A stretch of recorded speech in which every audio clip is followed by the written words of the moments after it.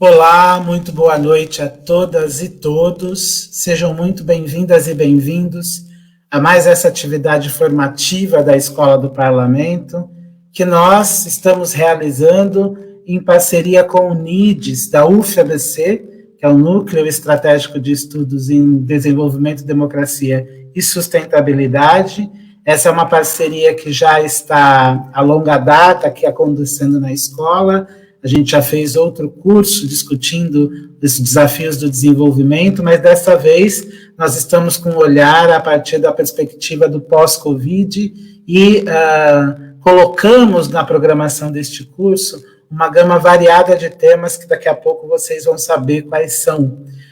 Queria agradecer a todas e todos pelas inscrições. Mais uma vez, esse curso alcançou o limite das inscrições que nós havíamos proposto. Nós havíamos proposto inicialmente 300 vagas, e elas foram todas preenchidas, mas as pessoas que não conseguiram concluir a sua inscrição, elas podem assistir o curso aqui pela página do Facebook da Escola do Parlamento e, posteriormente, também podem assistir o curso nas redes sociais do NIDES, que também vai compartilhar o conteúdo desse curso. E eu estou muito feliz porque o NIDES tem uma pesquisadora que foi nossa colega de trabalho aqui na Câmara Municipal de São Paulo e foi diretora acadêmica da Escola do Parlamento, que é a professora Fernanda Cardoso, que estará com vocês hoje à noite como a professora responsável pela aula, mas eu queria trazer aqui para a telinha a nossa mediadora, a professora mediadora desse primeiro encontro, que é a professora Patrícia Helena Fernandes Cunha, Patrícia Cunha, que é professora visitante na Universidade Federal do ABC. Ela é economista formada pela PUC de São Paulo, com doutorado em Economia de Empresas pela Fundação Getúlio Vargas. Boa noite, Patrícia, tudo bem? Boa noite a todos. Agradeço muito o convite de podermos estar aqui discutindo um tema tão relevante como o desenvolvimento, né? Então, na pessoa do NIDES, né, eu agradeço, acho que no momento de grandes transformações tecnológicas, socioeconômicas, ambientais, retomar a discussão de desenvolvimento é super importante, ainda mais no contexto pós-Covid. Vocês estão, acredito, muito bem acompanhados com a professora Fernanda, minha colega, na Universidade Federal do ABC. A professora Fernanda é doutora em Economia do Desenvolvimento pela FEA-USP, é economista, formada pela USP também, e mestre pela UFRJ. Ela é professora da Federal do ABC desde 2014, atualmente ela é minha chefe, é coordenadora do bacharelado em Ciências Econômicas da UFABC, é professora do programa de pós-graduação em Economia Política Mundial, e ela estuda, né, atua nos temas de desenvolvimento, história do pensamento econômico. Ela tem um livro, vou fazer até propaganda, um livro sobre desenvolvimento, os clássicos, né, os 9 clássicos de desenvolvimento econômico, que são uma delícia de ler, de a gente, uma primeira maneira de se aprofundar nesse importante tema aqui do Brasil. Ô, Fernanda, você sabe que esse livro, Patrícia, desculpa, esse livro, a professora Fernanda me mandou o exemplar do livro lá para a Câmara, dias antes da pandemia mandar fechar tudo. E o livro ficou lá no prédio da Câmara, né? Então, eu tenho um outro, mas o meu autografado está lá no prédio da Câmara. Estou doido para pegar ele autografado. Eu vou interromper só mais uma vez aqui antes de você dar a palavra à Fernanda, para explicar para as pessoas da escola que estão acompanhando esse curso da escola, que nessa semana nós conseguimos introduzir uma novidade que é o intérprete de Libras nas atividades formativas da escola, né? Essa é uma demanda de direitos importante para as pessoas surdas no Brasil, que, enfim, já sofrem uma série de exclusões. A exclusão no acesso ao conhecimento e à informação não pode ser mais uma delas, né? Então, vocês terão aqui o Wesley e o Thiago, que são os 2 intérpretes que estarão conosco hoje à noite, e eu queria pedir para que vocês que estão assistindo, especialmente as pessoas surdas, nos deem feedback se o formato que a gente está adotando é o melhor formato para a gente poder chegar mais perto daquilo que é necessário para atender todo mundo. Eu queria fazer esse destaque porque penso que é uma obrigação do poder público garantir, respeitar os direitos, né, das pessoas surdas, então a gente queria frisar aqui. Vou ficar escondidinho no estúdio, Patrícia, para aprender muito hoje, então estou passando a bola para você, você vira a Cicerone da noite, tá bom? Muito obrigado. Obrigado, Fernanda. Obrigada, Alex. Bom, eu acho que nós podemos começar, né? Eu acho que a Fernanda hoje vai fazer uma apresentação para abertura desse curso que está previsto ocorrer até o começo de dezembro, né? E hoje ela começa discutindo o que é desenvolvimento e quais são os desafios aqui para o Brasil. Eu acho que vocês não querem mais me ouvir, vocês estão interessados, sim, em conhecer aí essa contribuição da Fernanda. Então, passa a bola, Fernanda. Bem, gostaria primeiro de agradecer novamente a Escola do Parlamento, né? Mais um projeto em conjunto, que é o UFABC, por meio do NIDES, faz com a Escola do Parlamento. Então, Alex, mais uma vez, muito obrigada por abraçar esse curso em conjunto, né? Essa construção coletiva tão interessante que nós já começamos a construir no início do ano com o curso Desafios do Desenvolvimento. E esse curso, ele traz, né, um desdobramento, um aprofundamento dessa discussão, tendo em vista o contexto específico que estamos vivendo, ocasionado pela pandemia do Covid-19, e também para pensar, né, os desafios que se colocam para o nosso país, para o Brasil, né? Então, a professora Patrícia, minha querida colega e amiga da UFABC, também é professora desse curso. A Patrícia tem uma aula específica para falar sobre política econômica no dia 22 de outubro, né? E aqui aproveito para dizer que esse curso foi pensado com muito carinho, com muito cuidado. São 12 aulas, né, pelas quais nós vamos passar por diversos assuntos. Né? Os professores que compõem esse grupo são todos professores da Universidade Federal do ABC, ligados ao Núcleo de Estudos Estratégicos em Democracia, Desenvolvimento e Sustentabilidade, que é o NIDES, e são professores de formações diversas, né? Então, hoje eu inicio essa discussão, eu sou uma economista, mas nós não temos só economistas como professores e professoras desse curso, nós temos profissionais, especialistas de diversas áreas, né? E conforme eu for avançando um pouco hoje na discussão de desenvolvimento, né, vocês vão entender por que é tão importante que a gente trate o desenvolvimento de uma perspectiva interdisciplinar, né? Eu costumo dizer, né, até em tom de brincadeira, que a gente não deve deixar a discussão de desenvolvimento somente nas mãos dos economistas, porque a economia sozinha não dá conta, né, de lidar com todas as complexidades e profundidades, né, que demandam uma discussão adequada sobre desenvolvimento e, a partir daí, desdobrar planos nacionais de desenvolvimento, que é o que a gente está tentando buscar e direcionar com as discussões que vamos fazer ao longo dessas 12 aulas, né? Então, o curso começa hoje é a primeira aula, então essa minha aula também tem um caráter de abertura, né, de guarda-chuva para todos os assuntos que permeiam, né, a discussão de desenvolvimentos e aplicado especificamente para o caso brasileiro, né, e também aproveito, né, para agradecer o interesse de todas e todos que se inscreveram nesse curso e também aqueles que vão acompanhar eventualmente algumas palestras, né, por conta dos temas de interesse. É muito importante que a gente se aproprie da discussão de desenvolvimento e, nesse sentido, a Escola do Parlamento nos traz uma oportunidade muito grande, né, de levar essa discussão que muitas vezes se restringe ao espaço da academia, né, e o que nós queremos, né, com esse curso de extensão universitária é justamente criar as pontes, né, com a sociedade em geral, né, com pessoas que aparentemente não estariam interessados ou interessadas nesse assunto, mas que vão, né, esperamos nós, se convencer de que a discussão de desenvolvimento deve interessar a cada um de nós, né, porque só assim a gente vai se apropriar desse assunto e, de fato, lutar pela construção de um país melhor do que nós temos hoje, né.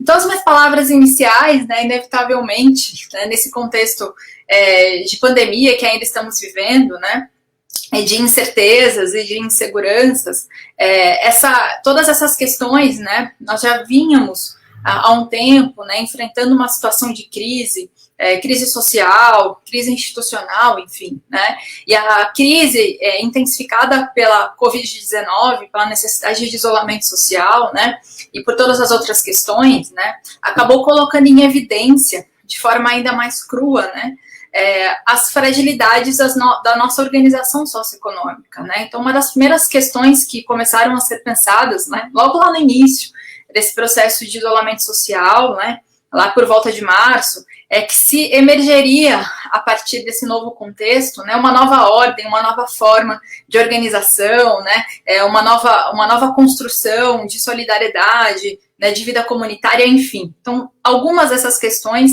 a gente vai acabar também discutindo ao longo desse curso, né, mas não necessariamente é isso que vai emergir, né, dessa condição, né, e para que a gente consiga, digamos assim, construir um caminho diferente, né, e passar a construir uma trajetória diferente daquela que nós vínhamos construindo, nós temos que nos apropriar, né, cada vez mais desse assunto, né, e saber refletir para contestar supostos consensos que estão sendo construídos e que não necessariamente nos levarão, né, a melhores resultados do que aqueles que nós vínhamos vendo e agora, no caso desse contexto específico ocasionado pela pandemia do Covid-19, ainda mais se intensificaram, né? Uma questão que ficou bastante evidenciada a partir dessa crise é que a capacidade de resposta dos diversos países, né, que foram acometidos pela pandemia, a capacidade de resposta, ou seja, né, responder no curto prazo de forma eficiente, né, e urgente, depende, né, ou dependeu das condições estruturais e institucionais previamente estabelecidas, né? Então, os países, né, que conseguiram responder com mais prontidão e com mais velocidade, né, as restrições colocadas, né, e as urgências colocadas pela crise pandêmica são justamente aqueles países, né, com bases econômicas, né, e estruturas produtivas mais consolidadas, né? Um dos exemplos que foi mais repetido, né, que evidenciou essa fragilidade da matriz produtiva, que é um dos assuntos específicos que trataremos em algumas aulas mais para frente, é que a gente não era capaz de produzir máscaras, né? Um produto tão simples, né? E ali evidenciou a nossa fragilidade. Então, alguns desses assuntos a gente vai tratar ao longo desse curso, né? Então, a primeira questão que eu gostaria de deixar, então, evidenciada é a relação da capacidade de resposta, né? E por que isso é importante? Porque essa pode ter sido a primeira de muitas crises com essa característica que nós vamos ainda enfrentar, né? Porque a questão da crise pandêmica também evidencia uma outra questão, né, que é a maneira como a gente lida com o meio ambiente, a maneira como a gente se alimenta, enfim. Tem outras questões que permeiam essa discussão também, né. E no caso da periferia, né, do sul global, para usar um termo mais recente, essas fragilidades de organização socioeconômica, elas ficaram ainda mais desnudadas, né. Ficou ainda mais evidente, muitos estudos foram sendo feitos, né, mostrando isso, né, como que a pandemia atinge de forma desigual, né, situações que já são caracterizadas por desigualdade. E aí, para dar um exemplo, né, as pessoas que foram mais acometidas, né, pelos piores efeitos da pandemia são justamente as pessoas que já eram mais pobres, em geral, as pessoas negras, em geral também mulheres, né. Então tem a questão da renda, a questão da raça e a questão do gênero, né, passando por essa discussão, né. Ademais, o que também ficou evidenciado, que foi o exemplo que falei um pouco antes, com respeito ao padrão de inserção externa, ou seja, a forma como o nosso país se insere no comércio internacional, é ainda muito dependente, né. Então, nesse momento em que todos os países se fecham em si, né, para enfrentar os seus próprios problemas, aqueles que são mais dependentes, né, do comércio internacional se colocam numa situação difícil de lidar, né. Outra questão que também fica evidente, né, e que se mostrou importante e fundamental nesse contexto, né, não à toa foi aprovada a renda básica emergencial, que são as redes de proteção social e a capacidade de oferta de bens públicos e semipúblicos por parte do Estado, né. Então, imagina se nós não tivéssemos o SUS, né, em funcionamento num momento como esse, né. Então, são várias questões, né, que essa crise pandêmica coloca, né, em foco, né, e que nos faz pensar se, de fato, a gente estava construindo, né, uma política de desenvolvimento adequada, né? Outra questão que também coloco é se de fato nós temos uma política de desenvolvimento nos guiando hoje. Nós temos um projeto de nação que nos unifica, né? São essas e outras questões que nós vamos discutir ao longo desse curso, né? E a função, de certa forma, dessas 12 aulas programadas para esse curso é convidá-los e convidá-las, né, a refletir a respeito desse assunto, né? E quem sabe com isso, coletivamente, a gente pensar, né, em como reconstruir esse caminho, né, que nos unifique enquanto nação, né, que nos faça pensar num projeto de desenvolvimento que realmente leve, né, para usar aqui um termo do Celso Furtado, ao verdadeiro desenvolvimento, tá? Então, falar dessas primeiras palavras iniciais, eu começo a entrar um pouco no assunto dessa aula de hoje, né, que é começar a abrir o que eu quero falar como desenvolvimento, o que eu quero dizer com esse termo, né? Falando de uma forma bastante geral, né, o desenvolvimento diz respeito à maneira como as sociedades se organizam, né, como as pessoas que compõem essa sociedade desfrutam as suas vidas, né? Ele é um conceito em constante processo de construção e reconstrução, né? E por que eu gosto muito de destacar isso? Porque a depender do tempo, momento histórico em que a gente está discutindo conceitos de desenvolvimento, ele vai ter predicados diferentes, né? Então é um tipo de conceito que responde aos anseios do contexto histórico. E se a gente faz essa discussão no contexto do século XXI, né, a complexidade que envolve ou a quantidade de variáveis e predicados necessários para serem levados em consideração para a discussão de desenvolvimento é de uma gama muito maior do que fora lá há um século atrás, né? Então, por isso que a discussão de desenvolvimento hoje, né, ela demanda, como eu falei no começo, né, muito mais do que economistas tratando desse assunto, né? Quanto mais pessoas, né, de formações diferentes se debruçarem sobre essa discussão, né, maior a chance da gente chegar numa definição e numa discussão e numa reflexão coletiva com uma riqueza necessária, tá? Se antes, né, era suficiente, digamos assim, medir desenvolvimento pelo nível de renda per capita, né, ou pelo nível de crescimento, né, desde pelo menos meados do século XX, já não é mais suficiente fazer esse tipo de discussão, né?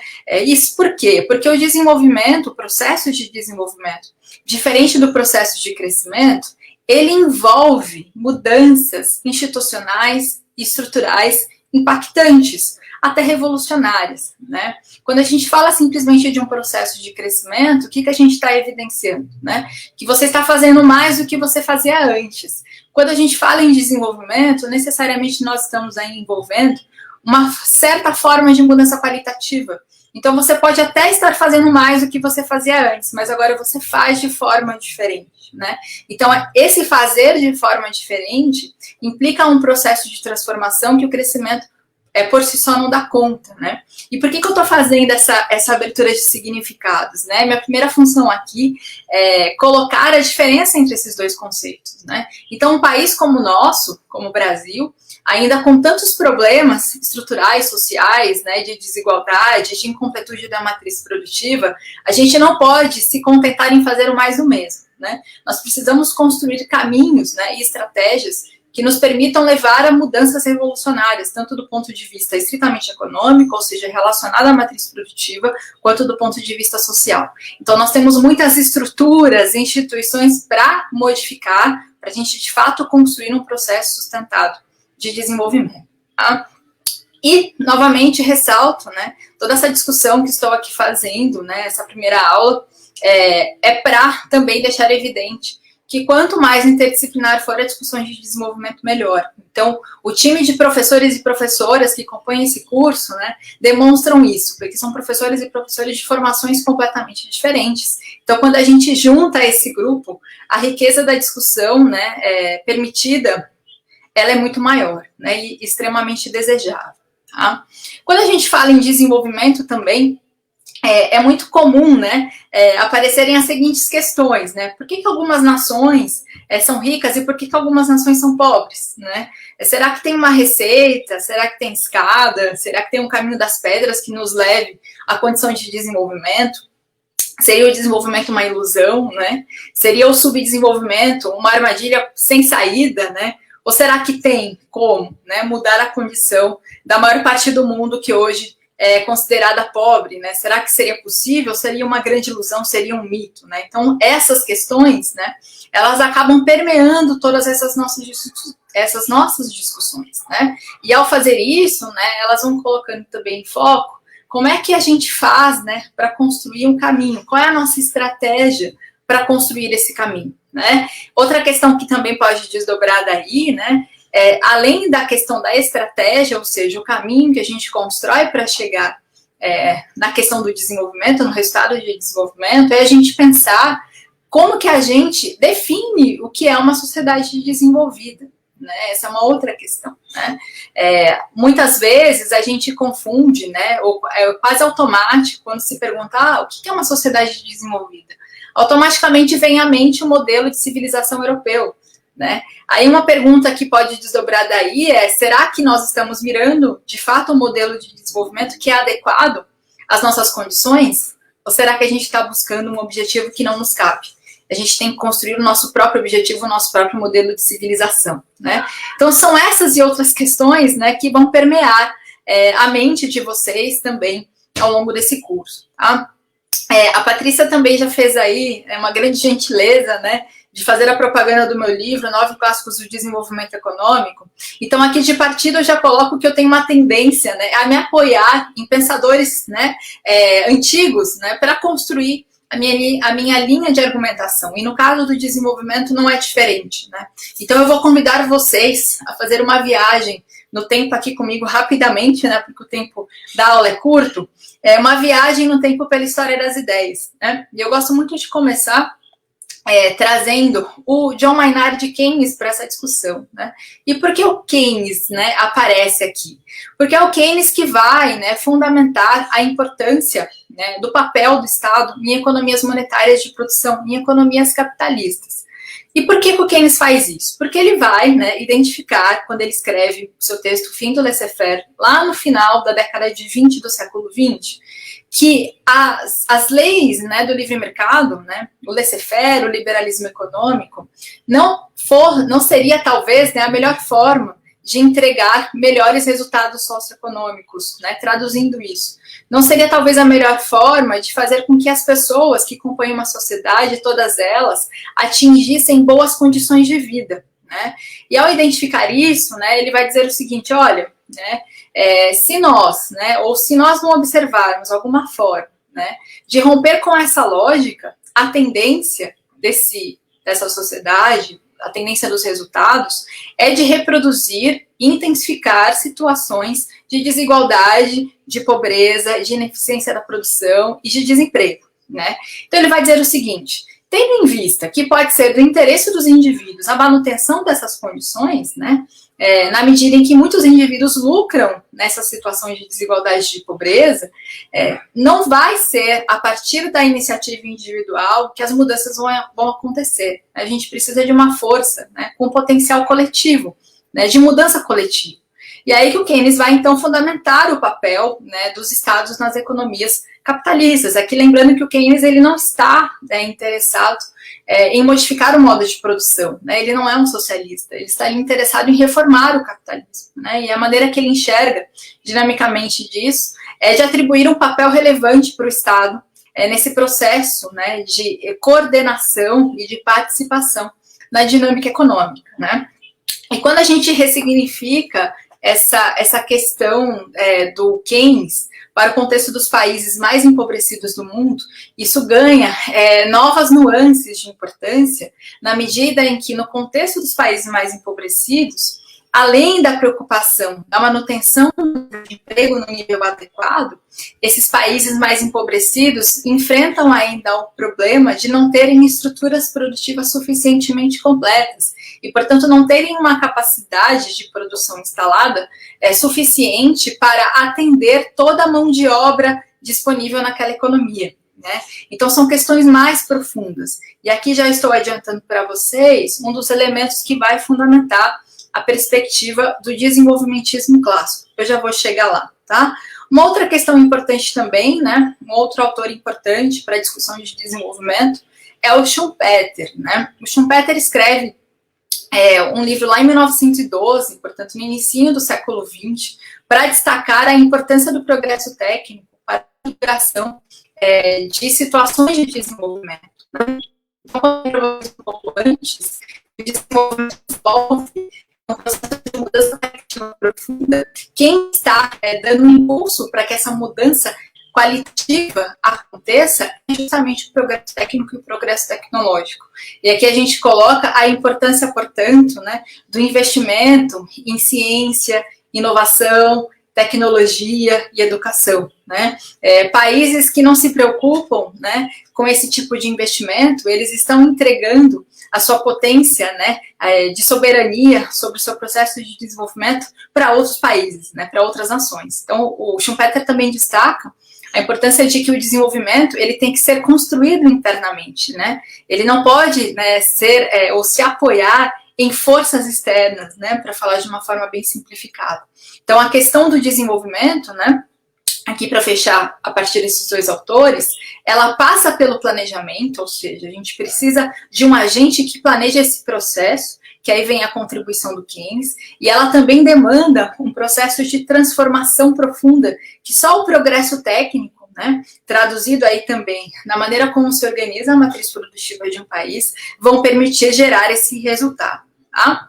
E para além disso, né, outras questões que são importantes e que os desenvolvimentistas vão iluminar essa questão, e aqui eu já adentro um pouco mais à frente, no contexto do pós-Segunda Guerra Mundial, em que se gera ali um certo clima de otimismo generalizado com respeito à possibilidade de desenvolvimento das diversas nações do mundo, né? Inclusive das nações que haviam ficado para trás nessa corrida e que faziam parte ali, né, do time dos países subdesenvolvidos, para dizer assim. Então, naquele contexto em que vai emergir, né, do ponto de vista dos países já desenvolvidos, né, políticas para fundamentar a construção de estados de bem-estar social, e do ponto de vista dos países periféricos, né, colocando ali a fundamentação, né, um momento propício para a emergência dessas políticas ditas desenvolvimentistas. E o que isso significa? Né?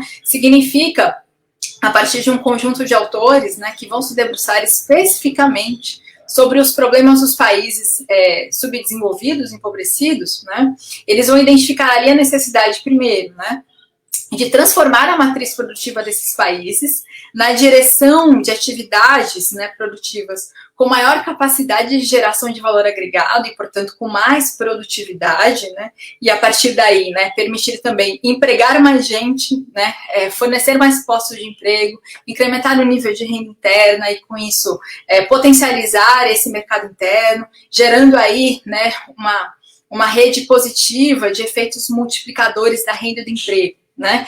Então, toda essa transformação, né, que aí eles vão traduzir como a necessidade de industrializar esses países, ela não seria, né, conseguida, né, ela não seria possível, né, na ausência de um grande planejamento estatal. Né? Então, aqui eles também vão fundamentar a importância do papel do Estado, tal como fizera Keynes. Né?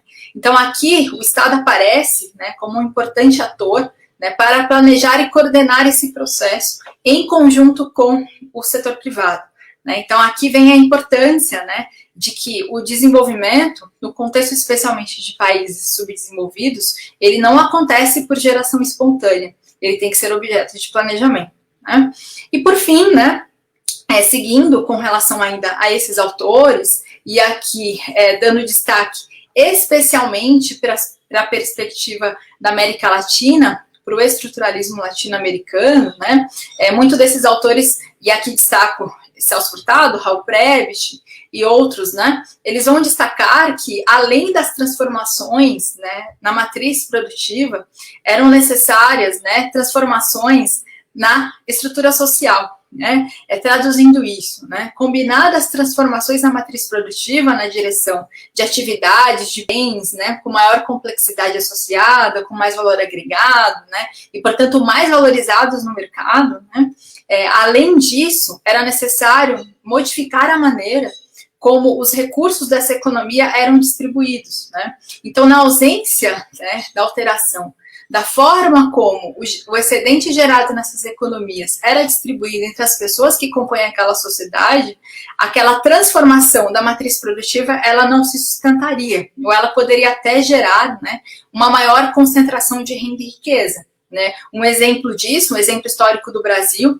né, é no período pós-golpe de 64. Né? Então, aquele período, né, de 64 até a início da década de 80, o Brasil vai observar, né, uma intensificação do processo de desigualdade, né, porque justamente ali a forma como o excedente era distribuído, ele não foi modificado, pelo contrário, né, foi até intensificado a tendência à concentração de renda e riqueza naquele contexto. Tá? Então, avançando um pouquinho mais nessa discussão, né, então, recobrando, né, o desenvolvimento, ele passa necessariamente por um processo de transformação profunda, né? Alguns autores, né, vão identificar essa transformação profunda, especialmente na natureza da matriz produtiva que está instalada em determinado país, né? E aí eles estão especialmente preocupados, por exemplo, se você tem um país inicialmente muito concentrado em atividades agrícolas, é importante que esse país diversifique a sua matriz produtiva também para atividades industriais, né? Então, alguns autores vão identificar, né, essas mudanças revolucionárias no sentido da matriz produtiva, e outros autores, ao longo do século XX, vão percebendo que a essas combinações na matriz produtiva eram também necessárias transformações da forma como esse excedente gerado estava sendo distribuído nessa economia, né? E esse outro processo, e aqui também utilizo o Celso Furtado como exemplo, né, passaria, por exemplo, por uma reforma tributária progressiva, né, passaria, por exemplo, pela reforma agrária, redistribuindo melhor a terra disponível nesse país. Então, essas transformações, né, as duas, tanto as econômicas quanto as sociais, elas deveriam ser combinadas para, de fato, gerar, no final, um resultado que impactasse de forma positiva o padrão de vida das pessoas que compõem aquela sociedade. Então, você potencializa a geração de riqueza nessa economia, geração de excedente. Como é que você faz isso? Diversificando a matriz produtiva dessa economia, especialmente na direção de atividades com maior capacidade de geração de valor. Ao fazer isso, você também permite, né, que essas economias tenham um padrão de inserção externa, né, ou seja, que possam exportar bens com maior valor agregado e que seja menos dependente da importação de bens com mais valor agregado, né, e além disso, que permita distribuir toda essa riqueza gerada de forma mais equitativa e mais justa entre as pessoas que compõem aquela sociedade. Então, todos esses processos de transformação, né, levariam a um resultado adequado de desenvolvimento. Né? Ao longo do século XX também foi ficando cada vez mais claro a importância da questão ambiental. Né? O Celso Furtado, de novo, lá em 74, ele vai escrever um livro chamado O Mito do Desenvolvimento Econômico, né? E ali, impulsionado inclusive por estudos, né, internacionais, né, que vão colocando a questão da sustentabilidade ambiental cada vez mais em foco, cada vez mais importância, o Furtado ali se pergunta, né, se o desenvolvimento econômico era um mito na medida em que, se a gente entendia desenvolvimento como a reprodução do padrão de vida, né, e do padrão de consumo das nações mais desenvolvidas, seria impossível que todo esse padrão de consumo se reproduzisse por todos os países ainda empobrecidos do mundo, né? Porque o planeta Terra não daria conta daquela questão, né? Então, ao colocar isso em evidência, começa a se contestar, inclusive, né, se aquele modelo de civilização que estava sendo buscado pelas estratégias de desenvolvimento, se ele de fato era um modelo adequado e exequível para todos os países que compunham o mundo, né? Então, a questão da sustentabilidade ambiental já começa a ganhar uma certa importância na década de 70 do século XX, mas ela vai finalmente assumir protagonismo mais para o final do século XX, início do século XXI, né? Então, aqui é mais uma preocupação, mais um desafio que se coloca para a discussão de desenvolvimento. Então, a questão da transformação da matriz produtiva, a questão da melhor distribuição dos recursos gerados nessa economia e a questão dos limites que a natureza impõe às questões econômicas, né? Então, aqui são pelo menos três frentes diferentes de desafios a serem enfrentados. Então, chegando mais aqui já no século XXI, né? Então, vejam que eu fiz uma viagem muito rápida por todo esse processo, né, de história das ideias, só para situar alguns dos elementos importantes para toda essa discussão e, portanto, já colocando aqui alguns elementos para a gente pensar os desafios do Brasil, né, nesse contexto, especialmente no contexto pós-Covid, né, como que a gente faz para retomar uma agenda de desenvolvimento. Apresento aqui também para vocês o que seria o conceito hoje mais aceito de desenvolvimento, o mais disseminado, que é o conceito de desenvolvimento humano, que é inspirado, né, no Amartya Sen, que é um economista indiano, a partir dessa discussão do Sen, né, desde pelo menos a década de 90, são gerados os chamados relatórios de desenvolvimento humano todo ano, que você apresenta ali, né, dados dos diversos países do mundo, dados relacionados ao seu nível de renda per capita, às suas condições de educação, de saúde, enfim, outras que desdobram dessas três grandes frentes, né? E por que estou destacando aqui conceitos de desenvolvimento humano, né?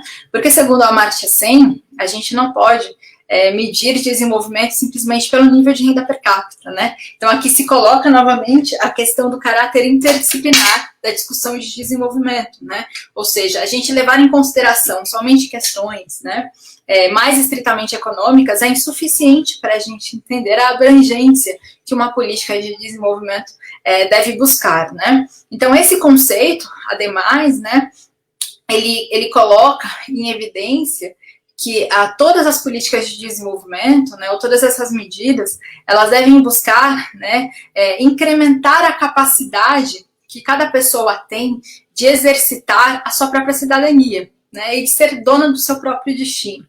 Então, essa é uma outra questão importante que coloca em evidência que o grande objetivo do desenvolvimento é tornar possível, né, que as pessoas que compõem aquela sociedade vivam de forma melhor, né? E esse viver de forma melhor, ademais, não pode estar restrito a um pequeno grupo de pessoas. Ele tem que ser disseminado naquela sociedade, né? Outra questão também importante que já coloquei, né, que foi ganhando corpo e importância ao longo do século XX, é a questão da sustentabilidade ambiental, né? Então, lá em 2015, né, a ONU mudou a agenda dos Objetivos de Desenvolvimento, que antes eram os Objetivos de Desenvolvimento do Milênio, né, e que tinham a questão da sustentabilidade ambiental como um dos tópicos ou dos temas desses objetivos. Então, ali em 2015, agora estamos em vigentes, inclusive, dessa agenda, que é a Agenda 2030, que traz 17 Objetivos de Desenvolvimento Sustentável, né? Então, essa mudança de conceituação sinaliza de forma importante, né, que no século XXI a gente não pode mais falar em desenvolvimento sem falar em sustentabilidade, né? Falar em desenvolvimento sem esse desenvolvimento ser sustentável acaba parecendo como algo contraditório, né? Então, a questão da sustentabilidade finalmente adentra de forma orgânica, né, no discurso mais disseminado a respeito de desenvolvimento, né? E por onde passa, né, essa Agenda 2030? Esse mundo desejado de desenvolvimento passa por erradicação da fome e da pobreza, assegurando dignidade e equidade, proteção do clima e dos recursos naturais do planeta para as futuras gerações, garantia da prosperidade em harmonia com a natureza, promoção de sociedades pacíficas, justas e inclusivas, e a implementação da agenda por meio de um sólido acordo global, né? Então, essa Agenda 2030, né, ela traz aí uma perspectiva de um mundo desejado de desenvolvimento, do meu ponto de vista, bastante desejável, né? Então, é uma agenda, né, bonita de ser buscada, né? A dificuldade é como é que a gente faz para construir, de fato, um grande acordo coletivo para mirar esses objetivos, né?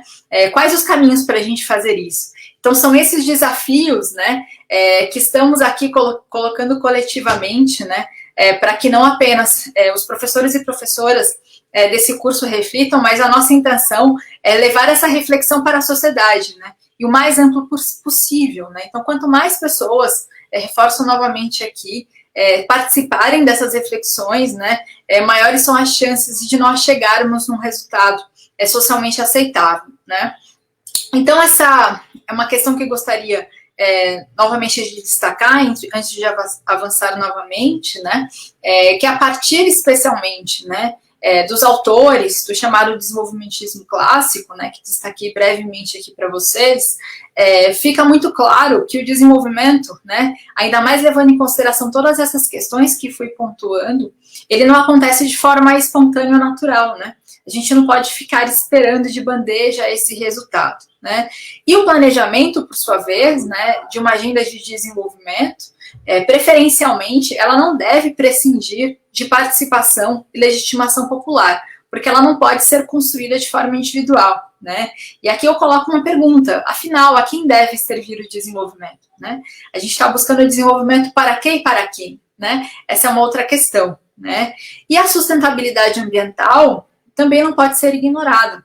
A natureza, ela se apresenta como um limite, mas aqui também abro um parênteses, que a natureza ela pode também ser vista como uma oportunidade, né? Como uma oportunidade, né, de se enquadrar, né, de se redefinir e de se ressignificar, né, em termos de desenvolvimento, né? Então essa pressão, né, importante para o desenvolvimento de tecnologias mais limpas, menos impactantes, e também, por outro lado, a possibilidade de abertura de novos nichos de mercado, né? Então, ao mesmo tempo que a sustentabilidade coloca alguns limites, né, ela também coloca outras oportunidades na medida em que ela abre outros caminhos possíveis, né, para a gente pensar em estratégias e caminhos para o desenvolvimento, né?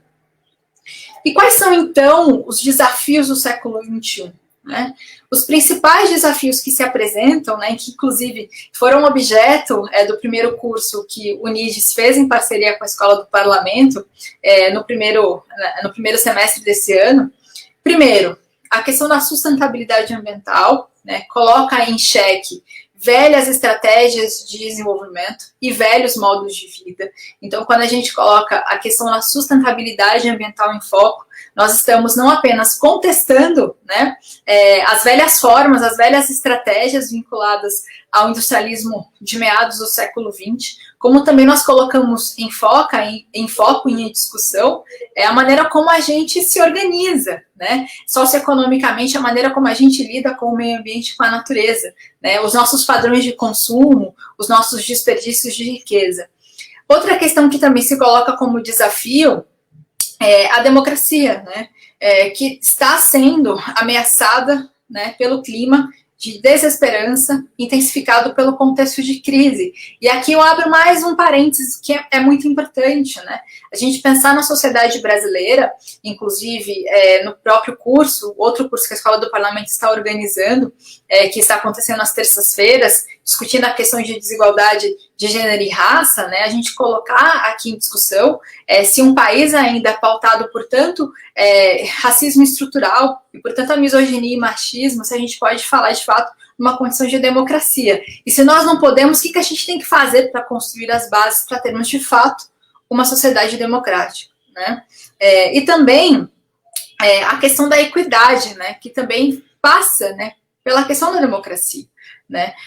Nós temos observado no Brasil, né, e também no mundo, né, que é uma tendência intensificada pelo processo de financiarização, inclusive, a desigualdade crescente e recrudescida por chamadas interseccionalidades, né? O que eu estou querendo dizer com isso, né?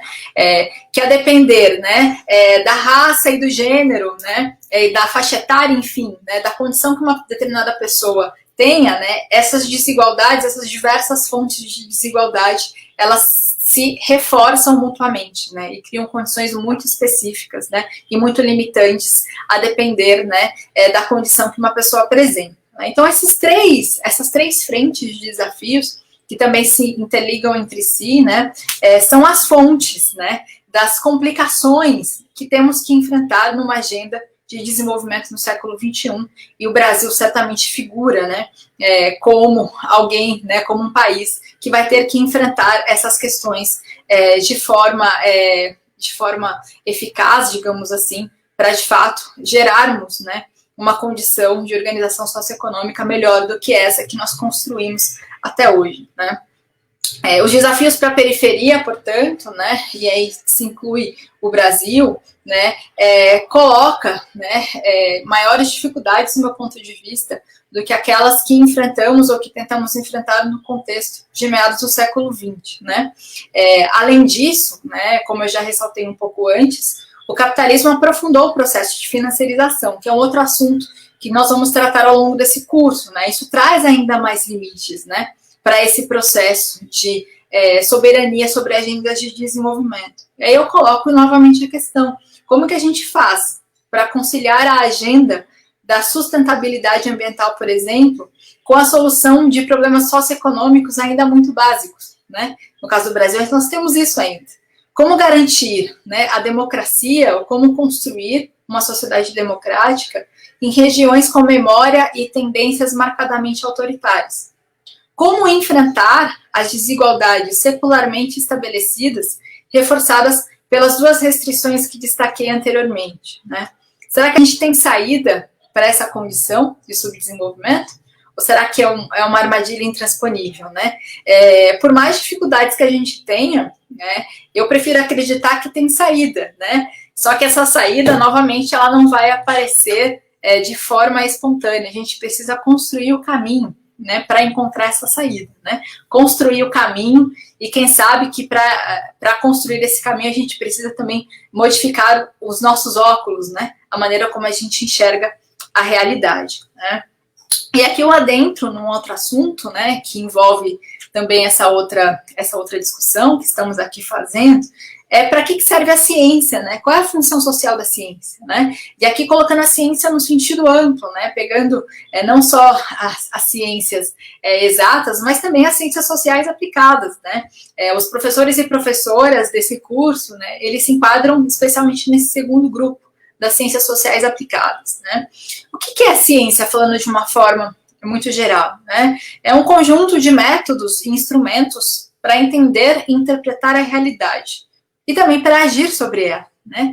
E aí, quando eu penso na função social da ciência, né, ou que me motivou a ser uma estudiosa, uma pesquisadora de uma determinada área, é com a intenção de impactar o bem-estar social, né, ou a maneira como as pessoas vivem, ou seja, o desenvolvimento, né? Então, a função social da ciência, falando de uma forma bem geral, é fazer as pessoas viverem de uma forma melhor do que elas viviam antes, né, desse avanço, dessa pesquisa científica, né?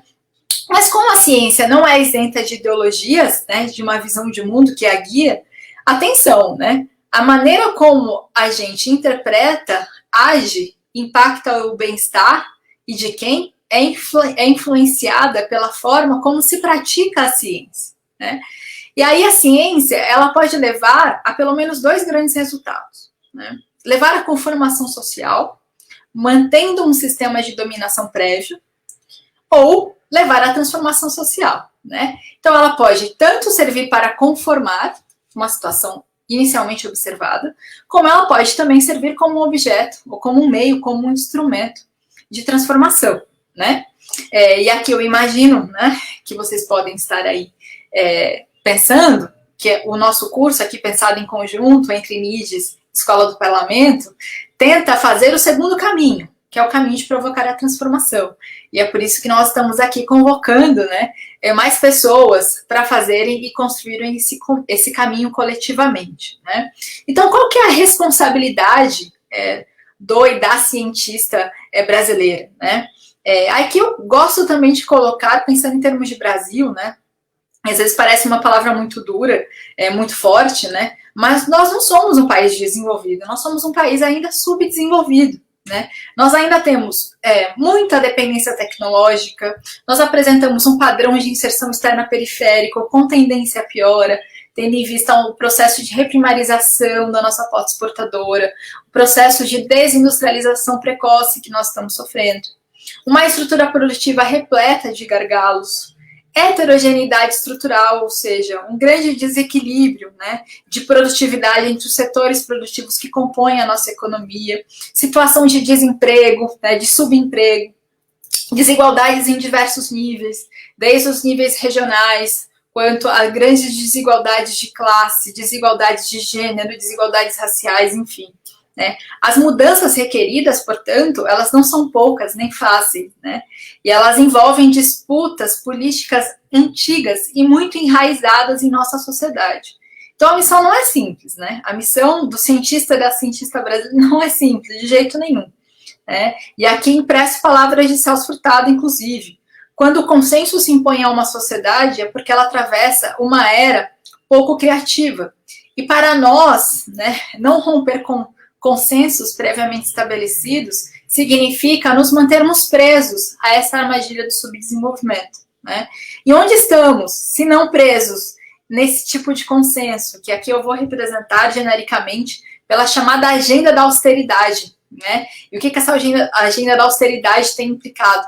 Tem implicado, né, uma diminuição cada vez mais forte do papel do Estado, né, uma responsabilização cada vez maior dos indivíduos com relação às suas perspectivas de vida, né? Então, esse desmonte de redes de proteção social, esse desmonte de políticas sociais é um pouco reflexo disso também, né? E a colocação em primeiro lugar da preocupação com a estabilidade macroeconômica, né? Como se num passe de mágica, né, a dinâmica econômica fosse ser incentivada, né? A partir daí, né, isso está nos aprisionando num caminho muito perigoso, né? Então, se a gente não romper com esses consensos e repensar as nossas escolhas, nós estamos, né, fadados, talvez, a nos mantermos presos a essa armadilha, né? Mas aí também, emprestando o Celso Furtado, que ele coloca, né, que não basta nós nos armarmos de instrumentos eficazes para alcançar esse objetivo. Atuar de forma consistente no plano político, portanto, assumir a responsabilidade de interferir num processo histórico impõe também ter compromissos éticos, né? Então, essa questão, né, essa colocação que Furtado faz a respeito da importância da política, né, é porque é por meio da política que a gente vai conseguir efetivar essa agenda e esse processo de transformação. Então, nós também não podemos ficar simplesmente restritos e restritas ao campo da reflexão e da discussão. A gente precisa também construir caminhos para a implementação dessas agendas, né? Eu acho aqui que nós estamos tentando também fazer um esforço nesse sentido junto com a Escola do Parlamento, né? Então, a gente pode sim fazer diferente, né? Eu acredito nisso. Eu acho que a gente pode construir um caminho diferente. Só que, de novo, nós temos que trabalhar para construir esse caminho, né? E aqui, a questão que coloco novamente, né? É se nós vamos ficar aprisionados, né, à espera de um milagre, ou se nós vamos nos movimentar para construir um caminho diferente, né? E aí, para isso, né, a gente precisa, e aqui de novo eu me inspiro em Celso Furtado, que é o seu ano de centenário, a gente precisa de imaginação e coragem para se arriscar na busca do incerto muitas vezes. Então a gente tem que começar a pensar fora da curva, né? A gente precisa ter coragem, né, de não se convencer por consensos de política que não necessariamente nos dizem respeito, né? E criatividade para desenvolver teorias e interpretações fora desses consensos que sejam mais adequadas ao nosso contexto específico e que delas se possam desdobrar políticas de fato transformadoras, né? Recoloca a questão: que sociedade nós queremos construir, né? O que nós consideramos como desenvolvimento, né? Essas são outras questões que nós vamos também trabalhar ao longo desse curso de 12 aulas, né? E aqui apresento de uma forma muito genérica, né? Já que eu coloco aí desafios para o Brasil, né? Eu me coloco meio na responsabilidade de apresentar, mesmo que uma resposta provisória a esses desafios, de uma agenda de desenvolvimento que enfrente esses problemas, né? E aqui eu destaco principalmente três meios, né? Três caminhos, né, de importância.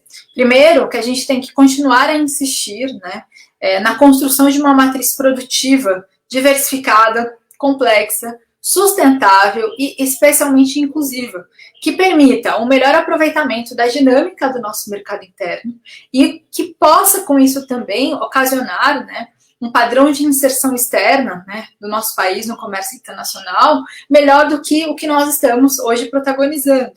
Nós precisamos também continuar a lutar, né, e aqui inspirados, né, na nossa Constituição Cidadã de 1988, na construção das bases de um estado de bem-estar social, né, que contemple ações e políticas permanentes de proteção social e a oferta adequada de bens públicos e semipúblicos como saúde e educação de qualidade, né?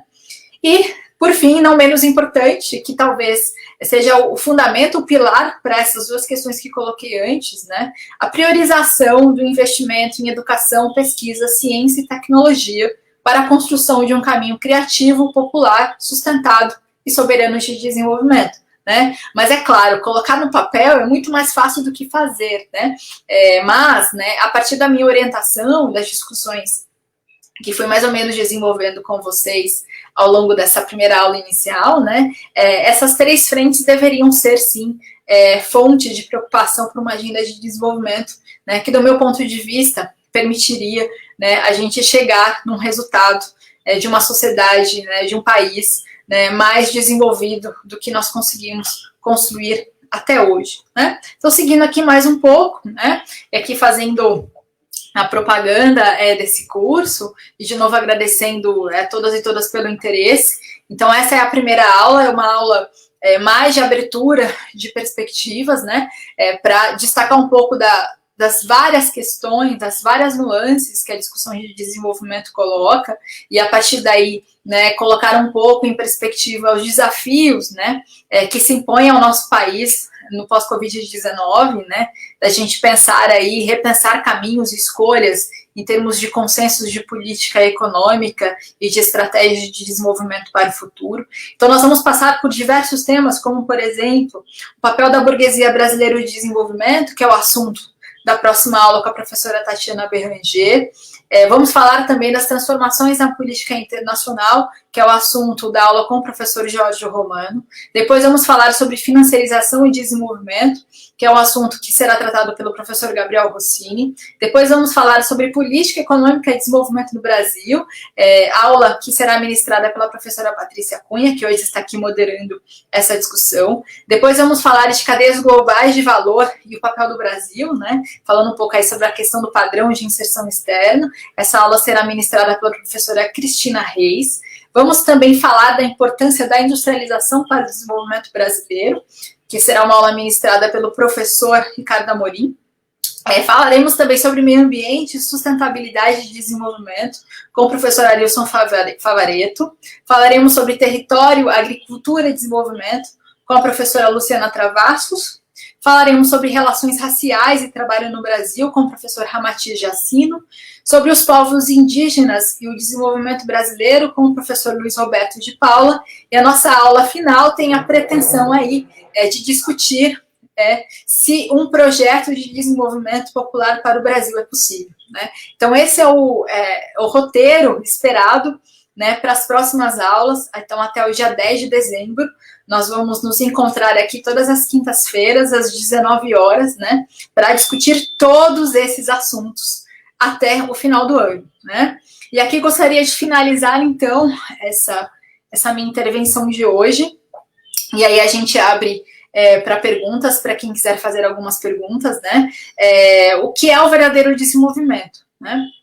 O que eu imagino ser, né? O que a gente deveria buscar como resultado final.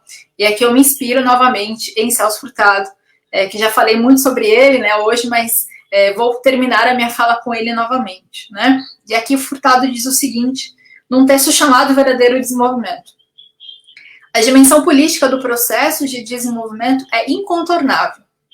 A história nos demonstra que o avanço social dos países que lideram esse processo não foi fruto de uma evolução automática e inercial, mas de pressões políticas da população.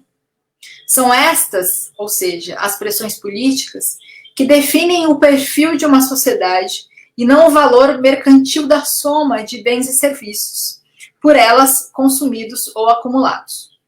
Em outras palavras, só haverá verdadeiro desenvolvimento ali onde existir um projeto social subjacente. É só quando prevalecem as forças que lutam pela efetiva melhoria das condições de vida da população que o crescimento se transforma em desenvolvimento. Tá? Então, espero eu, né, a nossa perspectiva ao longo dessas 12 aulas desse curso é que a gente construa, né, bases para refletirmos coletivamente a respeito desse projeto social, desse projeto de nação. A gente tem muito a construir e eu espero, sinceramente, que a gente não desista desse objetivo. É isso, gente. Obrigada. Paty, pode voltar. E aí a gente abre para perguntas. Fernanda, muito obrigada. Obrigada por essa extensa exposição, né? E abrir a nossa cabeça e nos convidar para pensar, né? Eu acho que isso é muito importante. Desenvolvimento a gente constrói todo mundo, né? Todos juntos e, né? Com essa perspectiva que você abriu, e eu espero que a continuação do curso esteja abrindo. Eu queria chamar a atenção de algumas colocações que apareceu ali no chat, que eu achei bem legal. Primeiro, chamar a atenção que não é só economista que vai dar presente, eu acho que isso é muito bom, né? Que a proposta, para tratar do desenvolvimento, nós precisamos englobar vários temas, né? Eu não vi nenhuma pergunta, eu acho que teve muitas concordâncias, às vezes o pessoal um pouquinho desanimado, mas eu achei que a sua palestra foi extremamente otimista, no sentido que é muito complexo a questão, nós somos um país subdesenvolvido, mas é possível e nós precisamos construir esse caminho, e somos nós mesmos que somos, né, capazes de fazê-lo. Então, eu fiquei bastante contente, né, de você conseguir passar, né, apesar da complexidade do momento atual, né, que algumas pessoas chamam a atenção, né, Fernanda? Então, como manter essa energia que você mostra para a gente, né, de conseguir acreditar que é possível construir, né, democraticamente, eticamente, inclusivo, esse projeto. Acho que eu começaria, né, pensando assim, né? Então, enquanto as pessoas vão se animando, Paty, para fazer perguntas, né, e aqui pegando um pouco do gancho do que você falou aí por último, e o que eu acho que nos motivou coletivamente a pensar nesse curso de extensão, né? Por que a gente resolveu, né, levar esses assuntos, e aí novamente agradecer a parceria do Escola do Parlamento, porque são esses assuntos que muitas vezes a gente discute entre nós, né? Entre professores, dentro da academia, às vezes com um grupo de alunos, mas que foi ficando cada vez mais evidente a importância da gente levar essas discussões para além dos muros da academia, né? E popularizar esse debate, né? E quando a gente fala popularizar esse debate, não significa tornar esse debate simplificado, pelo contrário, é torná-lo mais complexo, na medida em que a gente está buscando alcançar e trazer para essa discussão as pessoas que de fato estão interessadas em desenvolvimento, né? Eu acabei não enfatizando, talvez isso muito na minha fala, né? Dei ali uma dica quando falei sobre o Keynes, mas a quem interessa o desenvolvimento, né? Além de a gente perguntar a quem deve servir o desenvolvimento, a quem interessa o desenvolvimento, né? O desenvolvimento interessa especialmente para as pessoas que estão sendo desfavorecidas com a dinâmica social que a gente criou historicamente. Para algumas pessoas, essa dinâmica que nós criamos historicamente, ela é muito interessante, ela é muito lucrativa, porque ela é uma máquina de manutenção de privilégios, né, e de desigualdades. Então, se a gente não levar essa discussão do desenvolvimento a quem ele realmente interessa, a gente corre o risco, né, de conformar esse processo, né, de dominância política e de desigualdade extrema, né, que é um processo que a gente já vem protagonizando há muito tempo. Então, acho muito importante, eu fico muito feliz, né, que esse grande time de professores e professoras, incluindo você, esteja imbuída desse otimismo, né, a ponto de se envolver nessa construção coletiva desse curso. E aí, novamente, agradecer a Escola do Parlamento por essa parceria. Então, é super interessante, né? Esse número de pessoas interessadas nos anima. Temos umas perguntas. O Emerson Ricardo Pereira Moraes pergunta: como vamos incentivar a ciência se o próprio presidente a nega? Pois é. E daí, Andréia Mello, também, como levar para os jovens o interesse na pesquisa e na ciência? Então, eu vou começar pela pergunta do Emerson, né? como é que a gente faz para incentivar a pesquisa científica, né? Se às vezes a autoridade máxima do país não está nos conduzindo nesse processo, né?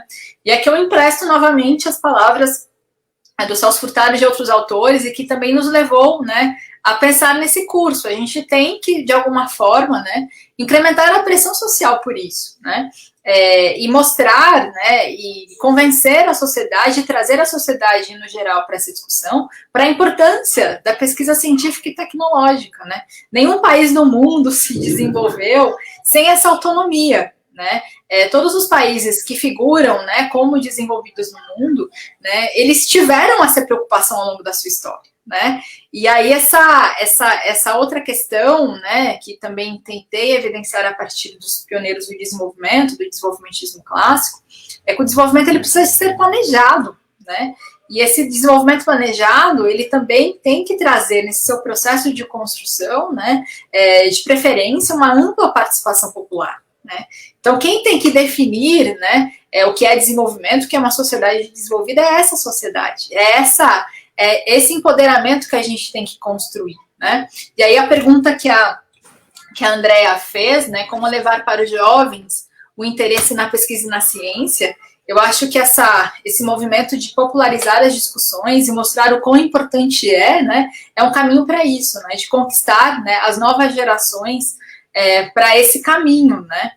A gente, nesse movimento recente, né, que nós temos visto de negação da ciência, né, de contestação de questões que pareciam já resolvidas, como a questão da Terra não ser plana, enfim, né, isso foi colocando em contestação, né, a importância da ciência, né, para a construção desses caminhos, né. Então a gente precisa recobrar, né, e reconquistar a sociedade, né, para o papel importante que a ciência tem, né, o papel importante da universidade pública, da escola pública, da educação pública de qualidade. Então, são todas essas questões que nós precisamos novamente reforçar. E não tem outro caminho a não ser reconstruir, né, ou tornar mais robustas essas pontes com a sociedade em geral, né. Então, acho que esse é o caminho, né?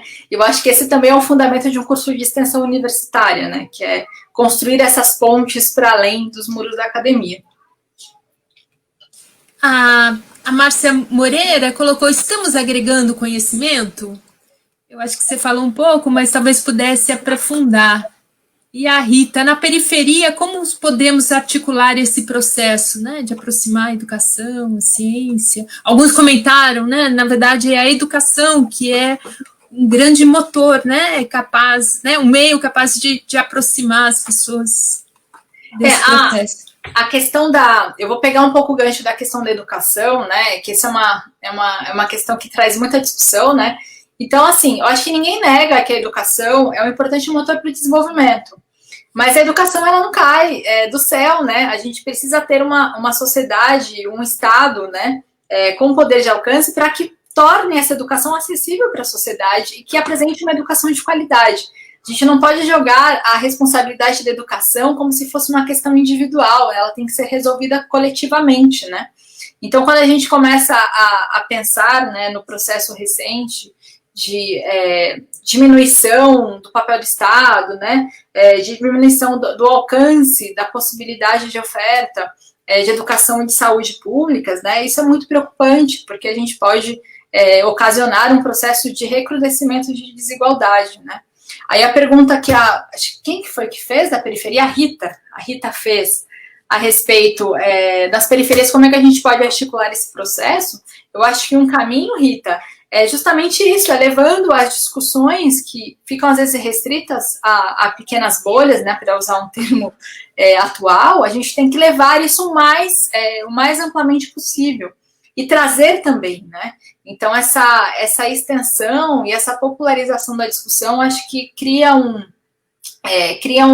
uma liga social importante. Eu acho que isso também, não sei se foi essa a intenção da pergunta da Márcia, sobre se nós estamos agregando conhecimento, acho que também passa por aí, né? O conhecimento, ele só adquire legitimidade, né? Ou ele só vai importando na medida em que a gente vai enxergando o resultado social dele, né? O impacto social que esse conhecimento gera. Então, se a gente restringir o conhecimento para um grupo muito pequeno, né, ele não vai ser valorizado, né? Então, essas são outras questões que a gente na universidade começou a se dar conta também, né, Patrícia? Não sei se você concorda comigo. Com certeza, né? Até a Ana Lu Campos colocou, né? Repensar também a quem serve a educação também é um caminho. Eu não sei, a gente fica muito preocupado, desesperado nesse momento, né? Mas às vezes eu sou economista também, e às vezes eu procuro os historiadores para pensar, né? Os processos históricos mais longos, que as sociedades não evoluem, né? Só somando, só para frente, né? Tem uns retrocessos para poder avançar também, né? Para dar também esperança. Eu vejo. Mas eu acho que essa questão aí da gente não perder a esperança, ela é muito importante, né? Como você bem colocou, né? A história mostra que às vezes a gente parece que tá avançando, aí vai um pouco para trás, mas se a gente desistir desse processo, né? A partir desses passos para trás, né? Quem é que vai impulsionar de novo a dinâmica para frente? Então, eu acho que essa esperança coletiva, essa chama de esperança coletiva de que realmente é possível construir uma sociedade e um país diferente, a gente tem que manter ela acesa na medida do possível, né? Para que quando houver a oportunidade de mandar novamente essa dinâmica para frente, né? Que a gente esteja preparado para fazer isso, né? Sim, temos que estar todos unidos, pensando, se juntando, né? E acreditando, né? Criar, né, essa utopia, né? É possível viver num país mais desenvolvido, segundo as nossas características. A Lília colocou, então, como fazer essa extensão? A Lília, como fazer essa extensão? Eu acho que era de levar a educação na periferia, de levar a educação. Eu acho que é de manter e cultivar e procurar, talvez, né, esses canais que cheguem a mais pessoas, né? Então, sei lá, nós na universidade não podemos ficar lá reclamando desse governo, Sim. Tem que ir para a rua, né? Sim. E eu acho que uma outra questão, Paty, que às vezes não é tão simples, né? A gente tornar a linguagem acadêmica uma linguagem mais acessível, né? Eu acho que esse é um outro desafio que nós enfrentamos também, Sim. né? E nós estamos tratando nesse curso, né, de um assunto que, de novo, interessa a todo mundo. Desenvolvimento, de novo, ressalto, ele diz respeito à maneira como as pessoas vivem em sociedade, né? Então, impacta a vida de todo mundo. Economia é um assunto que impacta a vida de todo mundo, né? E aqui a gente tem que fazer um pouco de reflexão, né? Às vezes a linguagem do economista é tão difícil de entender, né, que as pessoas simplesmente desistem, né? E ao fazer isso, qual é o risco que a gente corre, né? Das pessoas aceitarem um consenso que parece simples como correto, que é um pouco do que a gente vive hoje, né? Liga a TV, os principais jornais, abre os principais jornais de circulação, né, ali dizendo, não, a gente tem que fazer reforma trabalhista porque reforma trabalhista vai aumentar o emprego, não, a gente tem que fazer reforma da Previdência porque isso, não, enfim, a gente tem que ficar apavorado com a inflação porque senão já viu, né, lá em 2014, né, quando a gente estava, para alguns, né, chegando ali próximo ao pleno emprego, muitos colegas nossos foram na televisão dizer, não, está na hora do Brasil provocar desemprego, porque a inflação está ficando perigosa. Eles falam assim, como assim provocar desemprego? Como se a gente já tivesse chegado num estágio de desenvolvimento em que podemos nos dar ao luxo ainda de provocar desemprego. Então, são essas... Eu acho que esse é um desafio, né, na batalha das ideias, importante, que é tornar a linguagem cada vez mais acessível, né? E é possível fazer isso, né? A gente pode tornar a linguagem mais acessível e tornar essas discussões mais inteligíveis para um público não necessariamente especializado naquele assunto, né? E o melhor em fazer isso, né, é tornar todos esses debates que muitas vezes aparecem mais evidentes, né? E a que interesses eles estão servindo, né? A que interesses esses consensos estão servindo. Então, esse papel de ciência como meio de transformação, né, necessita um trabalho de formiguinha também, né? Um trabalho de paciência, de formiguinha, enfim, né? Que não é fácil, mas que é é bastante necessário. Se a gente, de fato, se imbui dessa missão, né, de transformação, a gente tem que construir os caminhos para isso também, né? Que não é uma missão simples, mas é necessária. Ah, com certeza. Não tem pergunta, eu vou falar. Ontem eu fui dar aula para os meus alunos, eu fiz uma brincadeira e perguntei qual era o principal problema macroeconômico, e a maioria disse inflação. Eu fiquei frustradíssima, né? Para mim, o maior problema é o desemprego. É a desigualdade, é a pobreza, é a fome. É a desigualdade, né? Não é a inflação, está lá atrás. Né? Então, mas isso é o consenso de ligar a TV, que acho que você chamou a atenção de falar, não, a inflação é um problema. Não, inflação, claro que pode ser um problema, mas, né, a desigualdade, desemprego, é muito mais do meu ponto de vista, né? O que a chamada agenda da austeridade, né, vem apresentando é que se você garante a estabilidade macroeconômica, né, se você torna o mercado as leis de mercado mais fluidas, né, você vai gerar o ambiente necessário para crescimento e desenvolvimento. E o que a gente vai falar, né, ao longo desse curso, que não necessariamente é assim, né? Eu acho que o exemplo da Covid está mostrando, né, que como a ciência avança, né? No começo da pandemia, não usava máscara, porque não tinha, mas também porque tinha dúvida se usasse era mais perigoso. E daí os trabalhos foram saindo, se aprende alguma coisa, então precisa mudar. Então, a economia também, que tenta explicar a realidade, ela tem esse papel, né, de olhar a realidade, aprender, né, e tentar e aceitar a mudança, aceitar que coisas que são mais adequadas para um país com certas características do que com outro, com outras características, se preocupar com isso, né? E não que é tudo igual, né? Enfim, eu acho bastante complicado, né? Vamos ver se a gente consegue. Daí tem uma pergunta aqui, Vieira, de novo: como os grupos sociais podem fazer pressão para que o bem-estar social seja garantido? Então, como os grupos sociais podem fazer pressão, né? Eu acho que uma forma de fazer isso é trazendo cada vez mais pessoas para esse debate, né? Quanto mais gente nós colocarmos na arena de debate, de batalha das ideias, melhor. Né? E como é que a gente faz isso, né? Mostrando para as pessoas o quão importante é elas se envolverem, né? É muito comum a gente escutar, não, política não é assunto para mim, política é um assunto chato, mas se você não faz política, alguém vai fazer por você, né? Então, essa necessidade, ela passa, né, por conquistar as pessoas para lutarem pelas suas próprias causas. É um negócio meio maluco, né, Paty? Mas é isso. Né? A gente precisa convencer, né, ou trazer elementos para convencer cada um e cada uma de lutarem pelos seus próprios destinos, né? Mas não de uma forma individual, de uma forma coletiva. A gente tem que criar as condições coletivas para isso. Não é cada um correndo atrás do seu que a gente vai gerar um resultado de bem-estar social, né? Porque a gente parte de condições muito desiguais, né?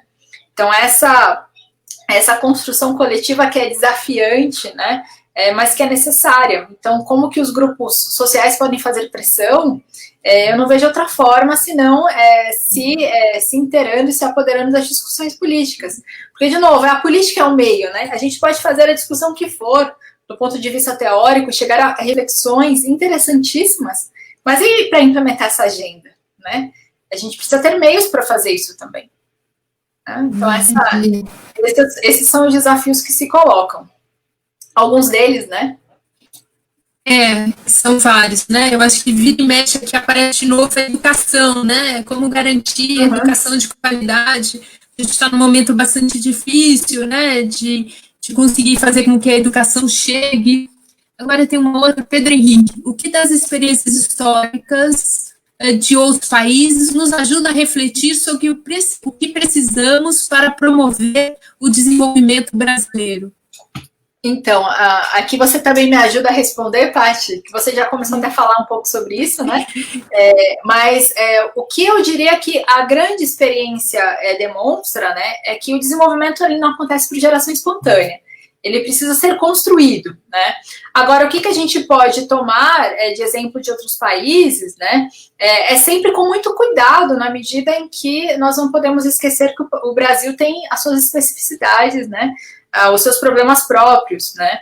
Mas essas questões gerais que passam pela necessidade de planejamento, a importância do investimento em educação, ciência e tecnologia, né, a questão da complexificação da matriz produtiva, né, dessa preocupação em ter uma matriz de produção diversificada, né, de requalificar o padrão de inserção externa, todas essas são questões que, para mim, continuam como importantes, né?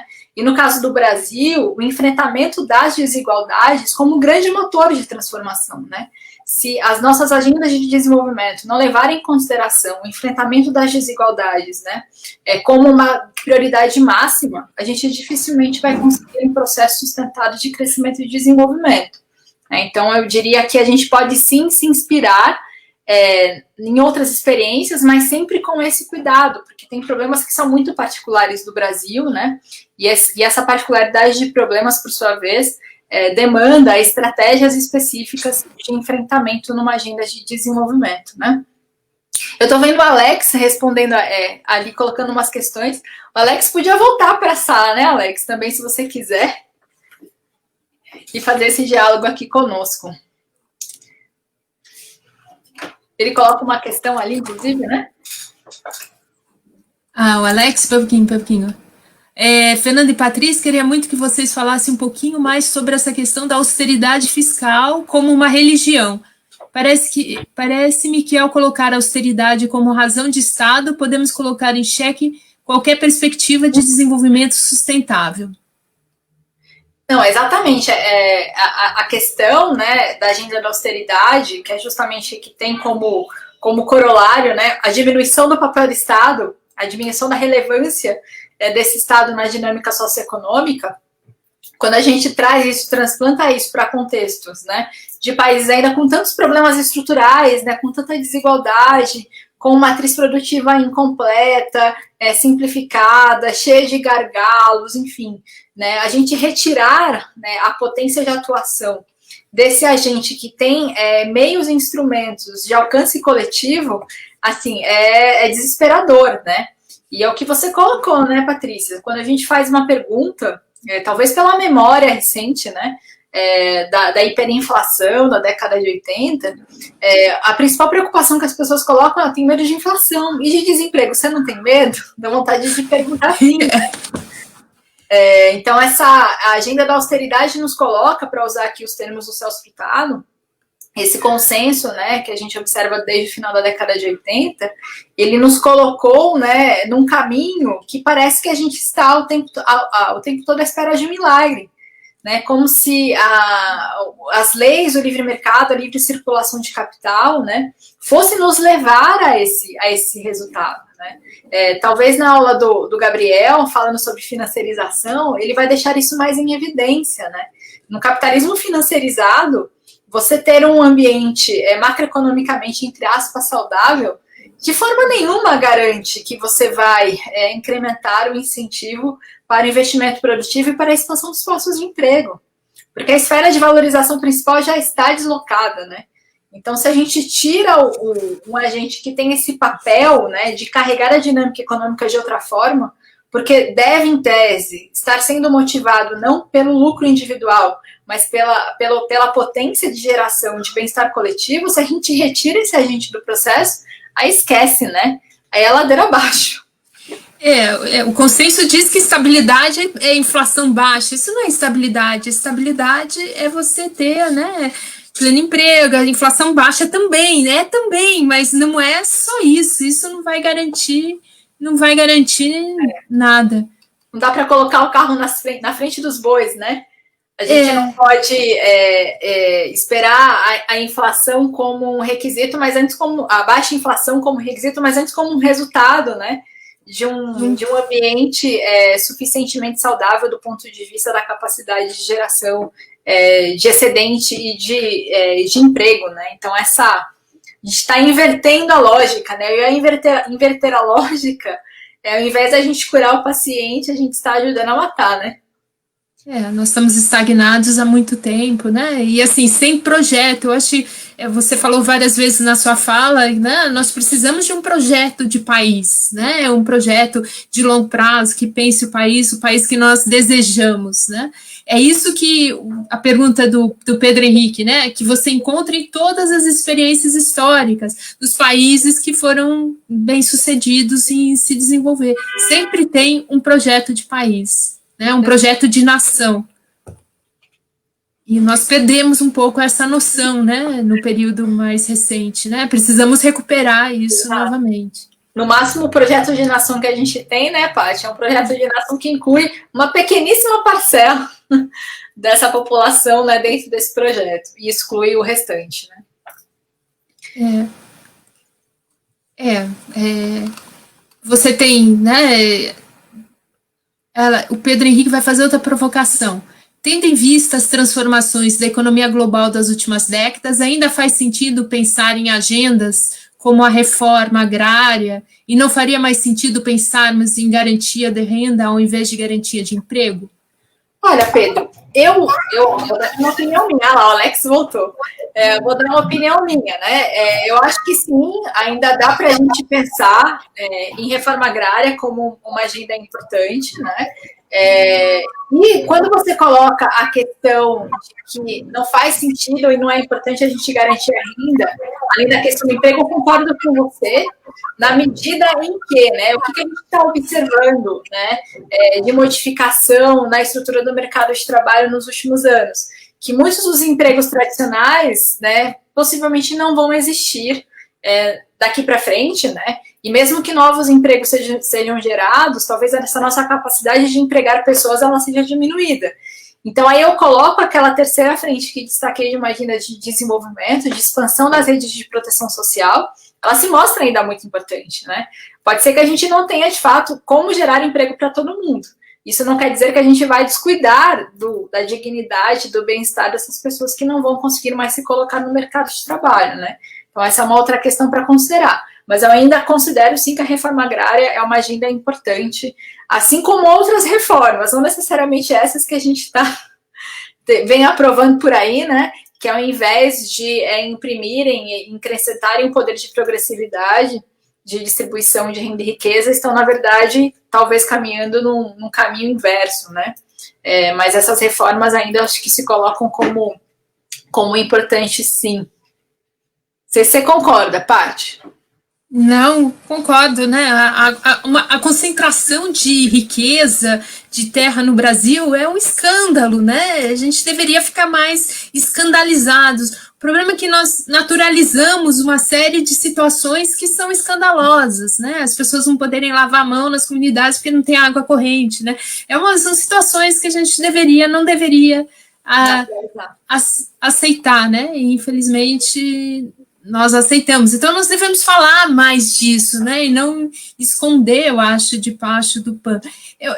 O Pedro Henrique trouxe essa ideia, né? Essa coisa da transformação da economia global, e eu acho que me chama muita atenção que mesmo países desenvolvidos como os Estados Unidos, aumentou muito a desigualdade, mesmo os países europeus que têm uma certa rede de proteção. Então, talvez o Gabriel e outros que vão discutir as transformações no capitalismo global nos deem mais pistas, né, nos ajudem a refletir com mais profundidade, que talvez a dificuldade recente de nós pensarmos e conseguirmos construir um caminho para o desenvolvimento estava atrelado também a um mundo muito avesso a isso, que gerou uma situação de grande desigualdade e piora das condições. E talvez agora, com mais protestos também, não só aqui como lá também, né, reclamando e se indignando com essa piora na qualidade média de vida das pessoas, esse aumento da pobreza e etc., também cria-se chance da gente repensar, né? Ou de se engatar, né? Que é importante para todo mundo, mesmo desenvolvido, ter projeto de nação, né? Exatamente. Quer fazer uma pergunta? Estava te ouvindo... Não, eu estava assistindo vocês no estúdio, agora acompanhando esse final da ponderação da Patrícia, e eu fico pensando que em diferentes momentos da sua fala, Fernanda, vai ficando nítido que a gente precisa pensar o desenvolvimento numa perspectiva inclusiva, né? Senão ele não é sustentável, e não é só por uma razão... todas as razões éticas já jogam a favor disso, mas para além do campo ético, você não tem sustentabilidade desse desenvolvimento com o padrão de desigualdade que a gente tem no Brasil, né? Assim, é impossível você sustentar um projeto de desenvolvimento com esse padrão de desigualdade, porque a desigualdade esgarça todos os nossos vínculos sociais, esgarça as nossas relações, né? Ela tem impactos negativos na economia. Então, é importante que a gente coloque na mesa que o Brasil foi construído a partir de uma estrutura de desigualdades que a gente precisa colocar como primeiro ponto a ser enfrentado para esse projeto de nação, né? Desigualdade racial, desigualdade socioeconômica, desigualdade de gênero, né? Essas desigualdades que vão corroendo os pilares da democracia e do desenvolvimento, né? Então, do mesmo jeito que a Coalizão Negra por Direitos tem dito que enquanto houver racismo não haverá democracia, eu diria mais, enquanto houver este padrão de desigualdade, não haverá democracia e não haverá desenvolvimento, né? Assim, é importante que isso esteja na mesa, porque me parece que a gente ainda tem até mesmo uma classe política informada por uma ideia de que primeiro o bolo precisa crescer para depois distribuir. Assim, e isso é uma mentalidade tão datada, e que fez tanto mal ao projeto de nação brasileiro, né? Como é que a gente ainda continua pautando esse tipo de argumento, né, de política econômica?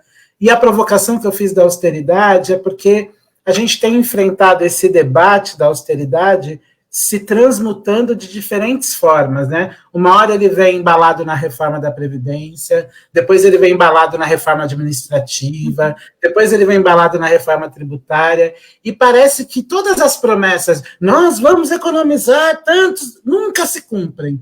Nunca o dinheiro que se promete, que aparecerá a partir de um arroxo de austeridade, ele nunca aparece, pelo menos nunca aparece para um projeto de desenvolvimento social, né? Talvez ele apareça em outros bolsos, mas para cumprir as promessas de política social, eles nunca aparecem. E atrás de uma certa ideia de austeridade, tem uma hipótese muito danosa de que gasto social é desperdício. Uma ideia, e as pessoas vão assumindo essa ideia. Mesmo as pessoas que precisam muito das políticas sociais. Elas são convencidas de que as políticas sociais são caras, de que elas desperdiçam o dinheiro público, de que, então, a gente deveria economizar dinheiro que a gente gasta com política social, né? Quando nós todos sabemos que, no Brasil, política social é subfinanciada, né? A gente sempre está fazendo a gestão da escassez. O debate do Fundeb, já estou falando demais, né, Fernanda? Não, pode falar, imagina. O debate que nós fizemos agora para a aprovação do Fundeb mostrou as garras dos canalhas com todas as forças. Né? Quando a gente já, assim, um consenso entre especialistas, entre acadêmicos, até mesmo do campo liberal, de que a educação estava subfinanciada e está subfinanciada, mesmo assim, a gente teve atores políticos dizendo que gastávamos muito em educação. A gente tem um grupo da classe política, do empresariado, afirmando que o problema é só gestão, que se fizer direitinho a gestão, está sobrando dinheiro, né? E eu, assim, você sabe, Fernanda, eu já estive numa secretaria de educação, o que a gente faz é gestão da escassez. O que a gente faz é a gestão da escassez do recurso. Então, é sempre a gente estar descobrindo uma determinada rubrica, uma determinada ação, para cobrir outra, porque a gente está enfrentando fazer uma política social como educação para um país que só foi se preocupar com política educacional em 1930. Como é que você acha que você vai resolver um problema de 5 séculos, né, assim, de uma hora para outra? Não vai. Mas o Brasil gasta mais do que a média da OCDE. Sim, a OCDE resolveu o problema de acesso à escola no século XIX, né, o problema de vaga em escola. a gente ainda não resolveu, vai gastar mais mesmo, né? Porque a gente, enfim, está atrasado nesse desenvolvimento. E o meu desespero assim, é quando eu vejo que talvez, por causa de uma série de questões de conjuntura, mas também porque a gente tem uma fração da elite brasileira muito tacanha, o Brasil me parece que, de novo, está perdendo uma onda de desenvolvimento. De novo, a gente está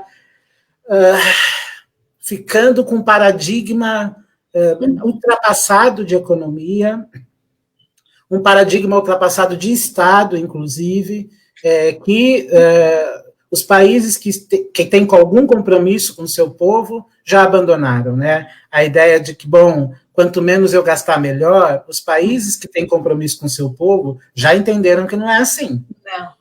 Né? Que tem mais coisa nessa equação. Os países também já entenderam, esses que têm maior compromisso com o seu povo, que não dá para ter agenda de desenvolvimento que destrua o meio ambiente. Assim, não faz sentido nenhum a gente ter uma agenda de desenvolvimento que destrói o meio ambiente. Né? Só que a gente parece, no Brasil, que a gente está retrocedendo, por exemplo, nessa agenda. A gente está confrontando desenvolvimento econômico com proteção ao meio ambiente, com sustentabilidade ambiental, como se fossem ideias antagônicas.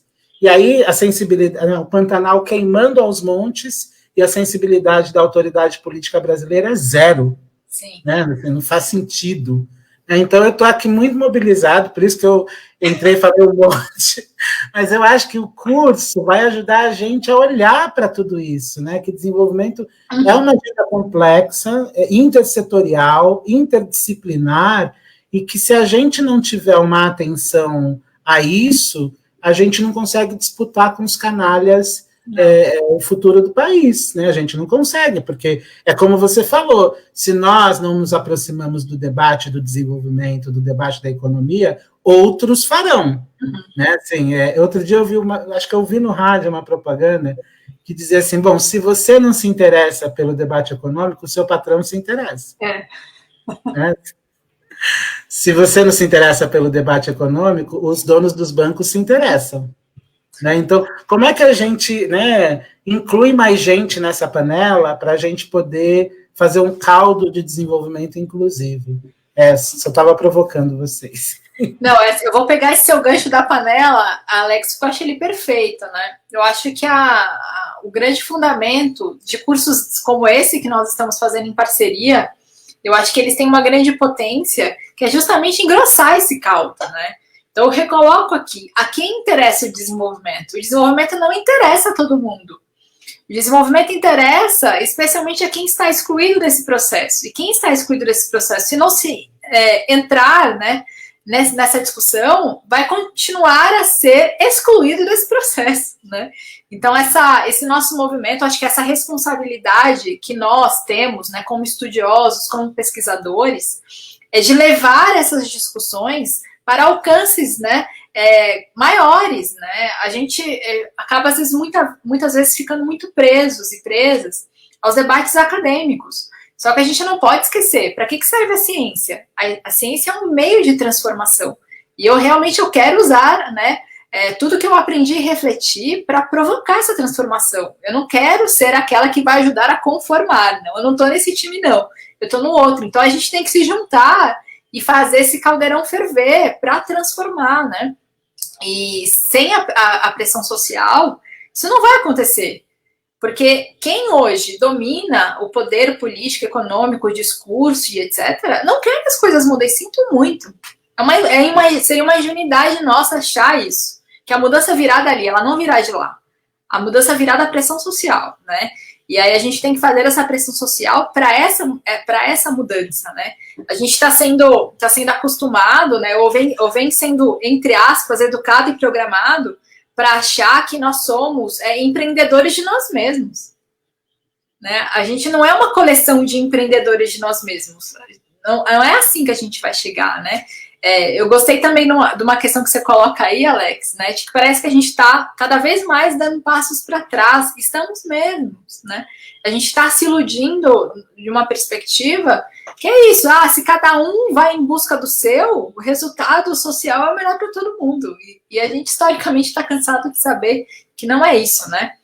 E aí, se você me permite um outro gancho, Alex, do que você falou, uma das confusões, né, que ajudam a conformar ideologicamente essa ideia da agenda da austeridade é achar que o orçamento público funciona como orçamento doméstico, né? Então, achar que quando o governo gasta, né, ou investe, esse recurso é um recurso que não retorna para o circuito econômico. Não, ele retorna para o circuito econômico, na forma de imposto, na forma de consumo, né? Inclusive, a gente pode fundamentar economicamente, né, a importância de políticas de redistribuição de renda. Quando você redistribui renda, portanto, você redistribui renda daqueles que têm um nível de renda mais elevado e passa para aqueles com um nível de renda mais baixo, essa redistribuição certamente vai se transformar em consumo, e vai se transformar em arrecadação tributária, e vai se transformar em mais incentivos para essa roda da economia começar a girar, né? Então, para além da questão ética, tem uma questão estritamente econômica aí que fundamenta esse tipo de política, né? Então, eu compartilho do seu desespero, Alex, mas junto contigo, né, e com outros parceiros e parceiras, a gente vai juntar esse desespero coletivo para fazer esse caldeirão ferver um pouco mais e trazer mais gente para essa grande panela de pressão, né, de transformação. Eu tenho esperança nesse caminho. É um trabalho de formiguinha, mas eu acho que dá resultado. Eu fico aqui, né, eu não sou da área da economia, você conhece a minha formação, mas eu fico observando quando o orçamento público ele é tratado como se ele fosse apenas uma peça financeira, quando ele pode e deve ser um instrumento de desenvolvimento. Exato. O orçamento público deve ser manejado para gerar desenvolvimento. Há uma intencionalidade política no orçamento, ele não é apenas uma peça técnica, né? Então, se eu aloco o recurso aqui ou ali, é uma decisão política e técnica. Sim. Então, eu preciso ter isso na mesa, assim, não tem dinheiro para isso e tem dinheiro para isso. Por quê? Por que não tem dinheiro para isso, mas tem dinheiro para aquilo? Porque se trata de uma escolha, né? Uma escolha feita por quem está tomando a decisão sobre o orçamento. Então, só assim, né? Para o auxílio emergencial, tem R$200 ou R$600? Depende de quem está tomando a decisão. Exato. Depende de quem está tomando a decisão. Qual é a intencionalidade de quem está tomando a decisão? Se a gente vai manter ou não o auxílio emergencial por mais tempo, depende de quem vai tomar a decisão.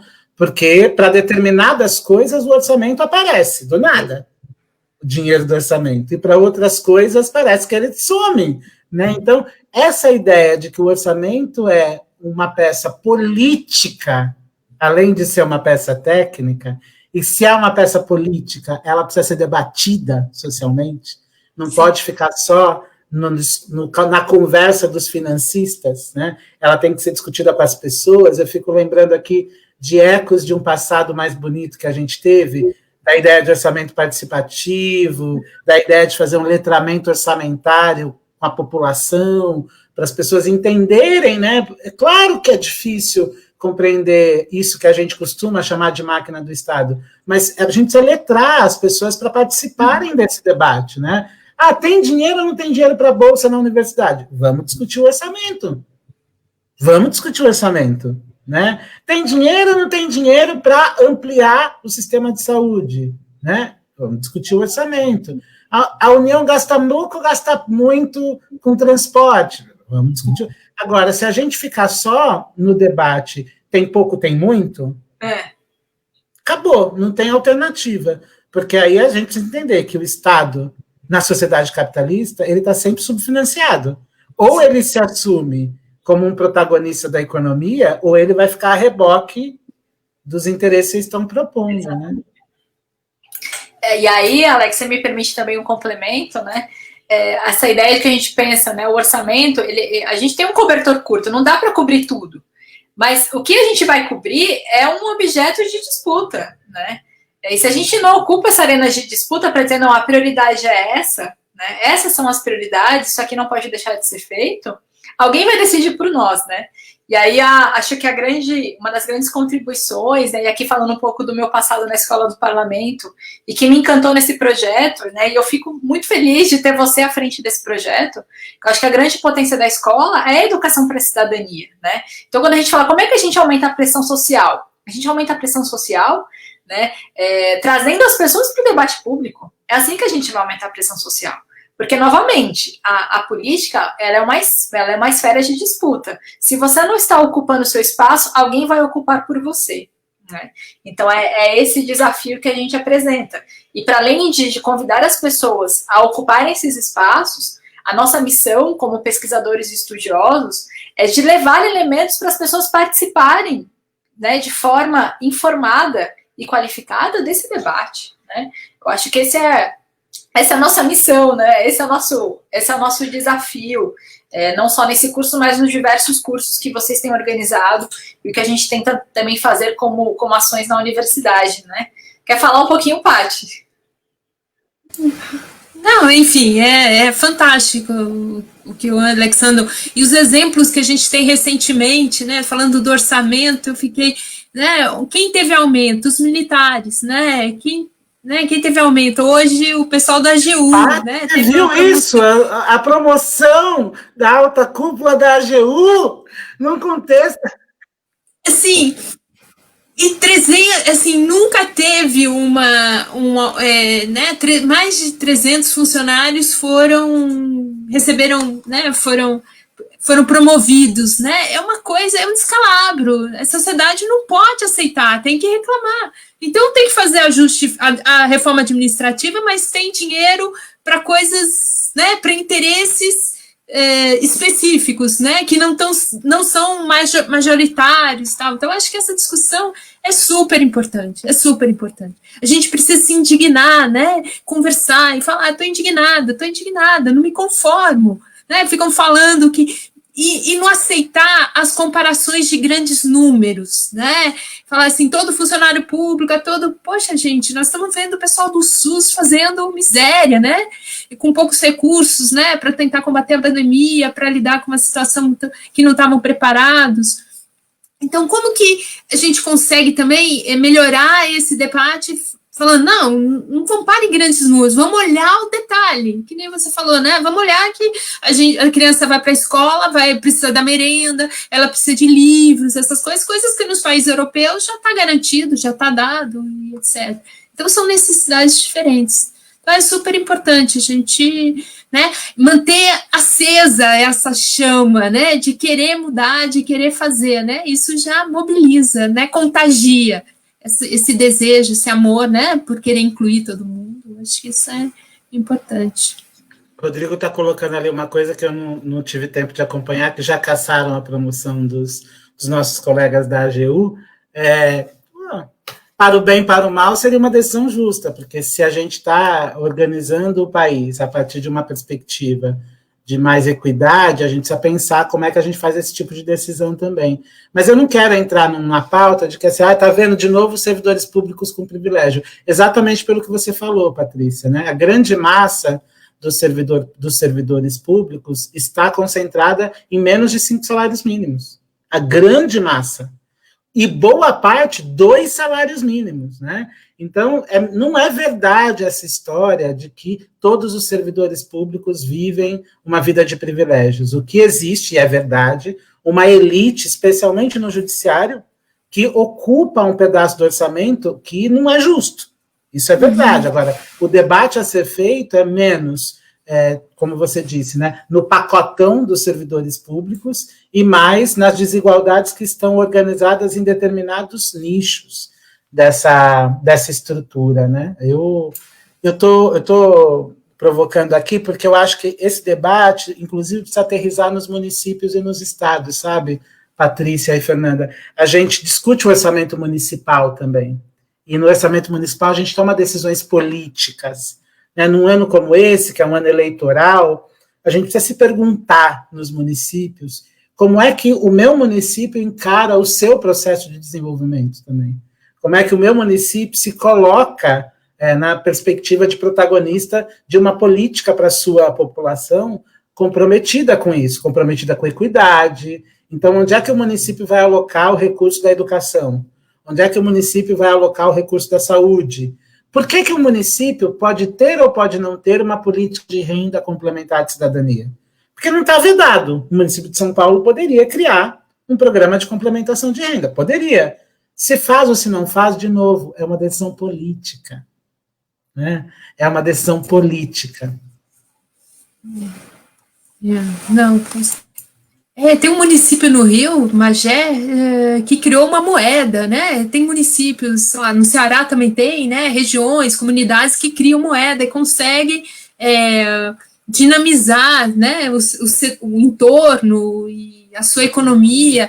É uma forma de inclusão. São políticas específicas, é lógico que não é todo mundo pode criar, enfim, fazer, mas quando você faz como política de Estado, pensada, estruturada, poxa, isso tem um impacto fundamental, né? Então, tem que brigar por isso, né? Estamos aqui para brigar. Acho que todo mundo está ficando com mel na boca do curso, era essa a nossa aposta mesmo hoje, todo mundo querendo mais, e para avisar para as pessoas virem com a gente, todas as quintas-feiras, aqui no Facebook da Escola do Parlamento, e daqui a pouco também nas redes sociais do NIPS, da UFABC, a gente vai falar desses assuntos, cada dia olhando para um prisma desse caleidoscópio que é o desenvolvimento, né, das suas diferentes faces, e tentando fazer isso que eu estava assistindo aqui, saboreando, que é fazer esse debate numa perspectiva didática, para todo mundo entrar, né, sem aquilo que muitas vezes a gente tem dentro da universidade, que é um certo fechamento discursivo, né, com os conceitos muito endogâmicos. Não, aqui é para todo mundo participar, inclusive se tiver dúvida com uma palavra, pode pôr a dúvida no Facebook. Olha, a Fernanda falou uma palavra que eu não entendi, pede para ela explicar melhor. Essa conversa é para chegar para todo mundo.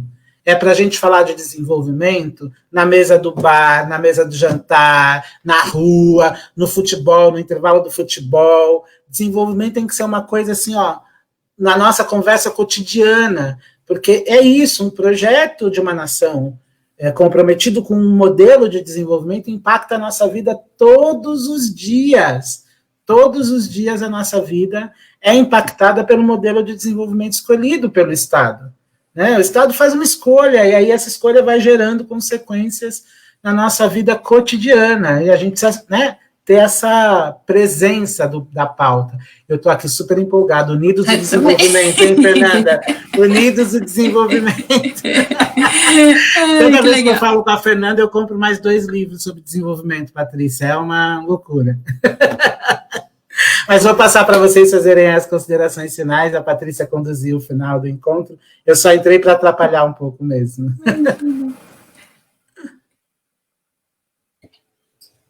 Eu falo primeiro, Fernanda?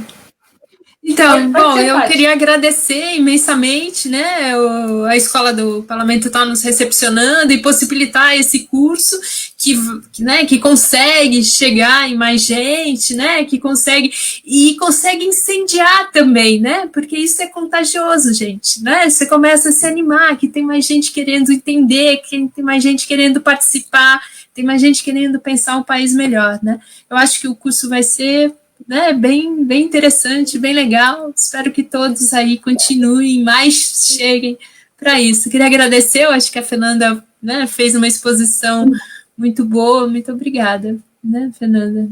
E eu agradecer ao Alexandre demais, a Palatina, né, a Escola do Parlamento está recepcionando e possibilitar que a universidade chegue, né, um pouco mais próxima da sociedade. Não, maravilha, agradecer de novo a você, Alex, agradecer a Patrícia, o apoio dos meninos que fizeram aí a tradução em Libras, o Thiago Wesley, o Pedro e o Márcio que estão também no apoio aqui da transmissão, né, agradecer a todos vocês e dizer que nós somos 300 inscritos e inscritas nesse curso de extensão universitária, com potencial de alcance ainda maior na medida em que não necessariamente vocês precisam estar inscritos e inscritas para participar e assistir a essas palestras. Então, a grande mensagem, né, que eu acho que fica de hoje é: vamos todos e todas juntas nesse debate que interessa a vida de todo mundo. e acreditamos aqui nesse grupo, né, que só assim para a gente construir um caminho futuro diferente. Então, com votos de que as próximas aulas tragam mais elementos, né, para esse nosso caldeirão ferver e a gente chegar lá em dezembro, né, às vésperas da virada do ano, desse ano tão atípico que foi 2020, né, prontos para participarmos com toda a força, né, do debate de desenvolvimento. É isso, gente. Muito obrigada. Boa noite a todos e a todas e cuidem-se. Até semana que vem. Estamos de volta.